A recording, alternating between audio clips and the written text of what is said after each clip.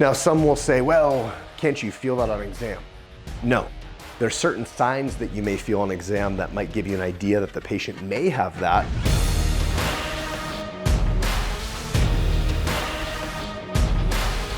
Hey everybody, Dr. Todd from Gonstead Spinal Wellness. In this video, I'm going to talk about the importance of taking X-ray as a chiropractor, and then I'm going to relate it back to one of the most common movement dysfunctions that we see in our practice. So you're going to want to watch this one. But before we get started, make sure you subscribe to our channel, turn on your notifications so that you can be in the loop when we come out with our new videos every single week. Like, share, comment below, let us know if you had X-rays of your spine before when you went and saw a chiropractor. And remember, we serve two different audiences. One is our patient base and just people out there that want to learn about natural health and healing. You can see some info below on how to get a hold of our clinic. Second audience is we serve chiropractors. We help chiropractors integrate their practice with corrective exercise and functional movement, some of the stuff we're going to talk about in this video today. And you'll see info below on how to do that if you're a chiropractor. So with that said, let's get rolling. Now, today's topic, I'm holding a spine in my hand because I want to use this for demonstration purposes on a very common movement dysfunction that we see, that if you don't have X-ray as a chiropractor or as a patient, you're going to miss out on some of the root causes of why you can't move a certain way. So now, before I get into that, let's just talk about why we take X-ray as chiropractors and maybe why some chiropractors don't take X-ray. So this is a spine. And the only way to know what's going on in the spine is to take an X-ray, meaning to know what's going on with the shape of the vertebra. If there's a pathology like a cancer, a tumor, a fracture, which is not a pathology, but a trauma, the only way to know that is by taking an X-ray. That's one reason that we take an X-ray. That's not the only reason though.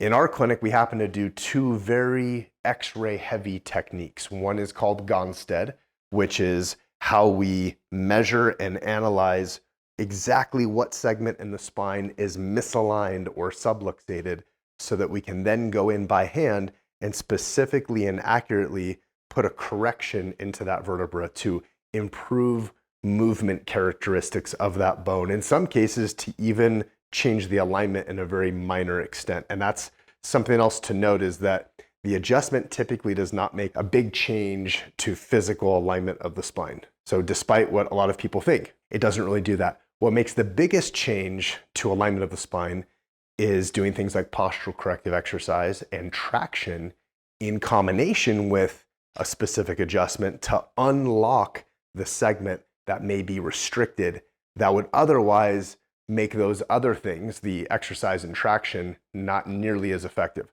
So all three things need to be done if you're looking to actually change alignment of the spine. So the adjustment is primarily to improve movement of a joint, and it can be done very globally and non-specifically, just someone going crunch, crunch, crunch all the way up in the spine, or it can be done very specifically, almost like a sniper rifle compared to like a shotgun. In the Gonstead work, we're like that sniper rifle. We want to find exactly what segment needs to be adjusted and then adjust it very accurately. And we find that that yields very good results for our patients. There's a long track record with the Gonstead work going back to 1923 that being specific matters, okay? Now, why do we take X-ray? Well, Gonstead is a very X-ray heavy technique in that we're taking measurements off of the X-ray to get an idea of how to most specifically adjust the segment. It also tells us what segments should not be worked on if there's a contraindication. There's a thing that we see pretty commonly, probably a couple times a month in our practice with new patients that come in and we take X-rays on them. It's called a spondylolisthesis. That's where a vertebra slides forward because there's a break back here, whether it's from trauma, there's a handful of other causes, but either way, it's a contraindication, meaning you don't want to adjust that segment. You don't want to push it further forward if it's already fractured and slid forward. Now, some will say, well, can't you feel that on exam? No. There's certain signs that you may feel on exam that might give you an idea that the patient may have that, meaning the vertebra feels more prominent, because when you have a spondy, what happens is this part goes backwards, this part goes forwards, and so this sticks out more, but not always. There's cases where that's just not the case. And so X-ray is the determining factor to see if it's safe to give an adjustment at that level. Now, a second reason that we use X-ray in the Gonstead work and in our other types of analysis is to look at something called excessive movement, excessive motion. We talk about this in other videos in detail when we go through the cervical spine analysis. So you can see a link above and you can check out that video and really dig deep on just the cervical spine.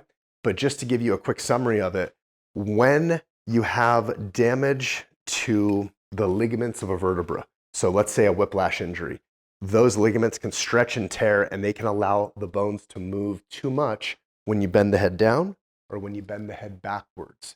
So we do those x-rays and then we measure how much the bones are moving to get an idea if there's spinal ligament damage.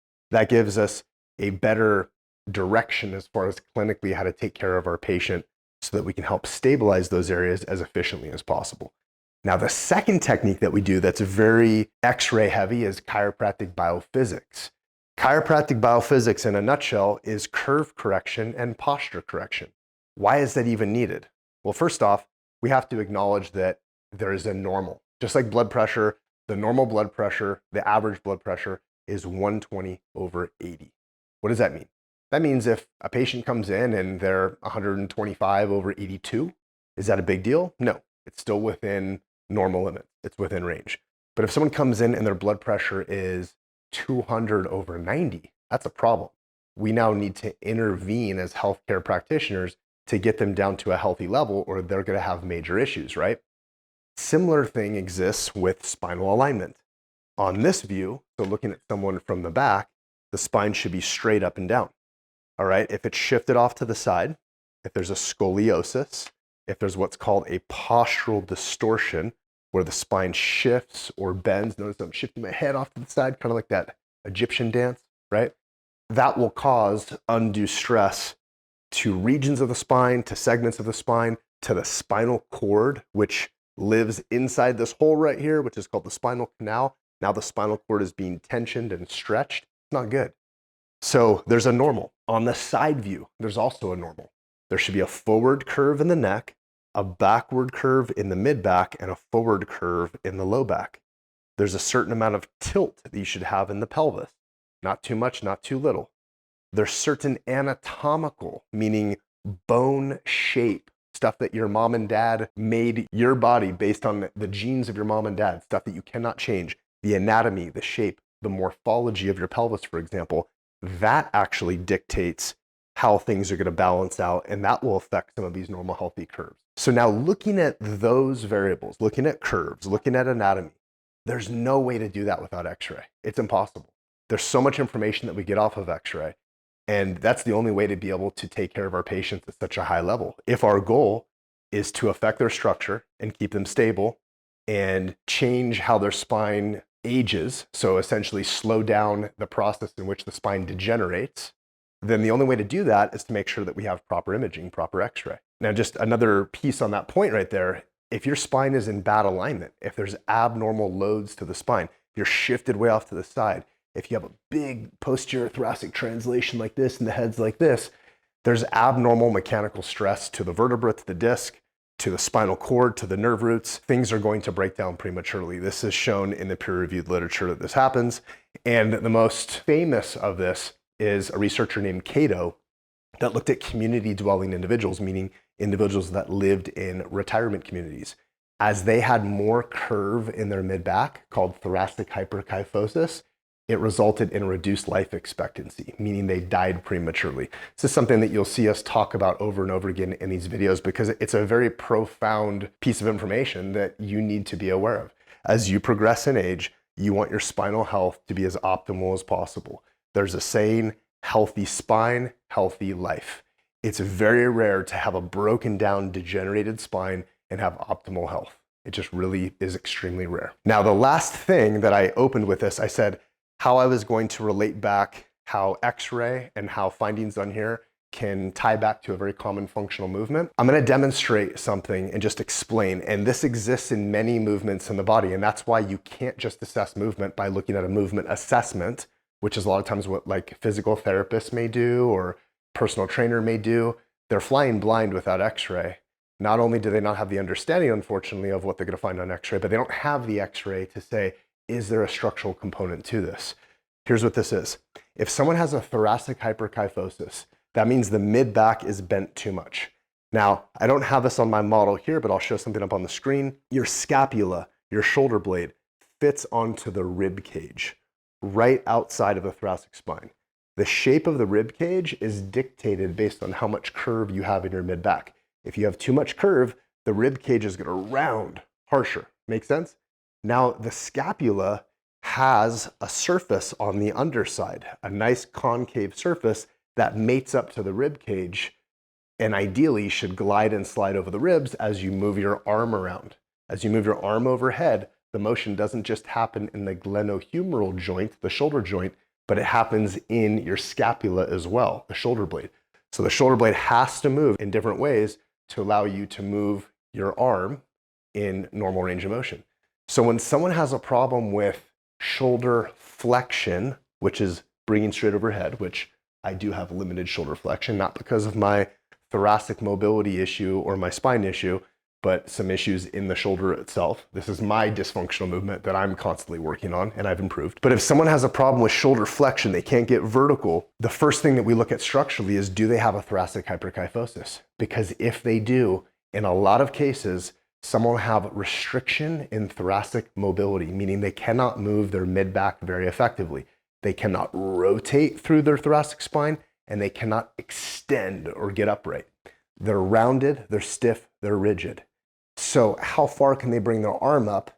If they're like this, their arm's gonna get like here, right? You get their thoracic spine more upright, you can get that arm more vertical. Now, the only way to really know what's going on in that thoracic spine is to have X-ray, to know how much of a curve there is. Are some of the vertebrae in the thoracic spine compression fractures, meaning are the vertebrae triangular in shape? Is there a curve going on, like a scoliotic curve? If there's an abnormal curve in one plane, it affects the other plane.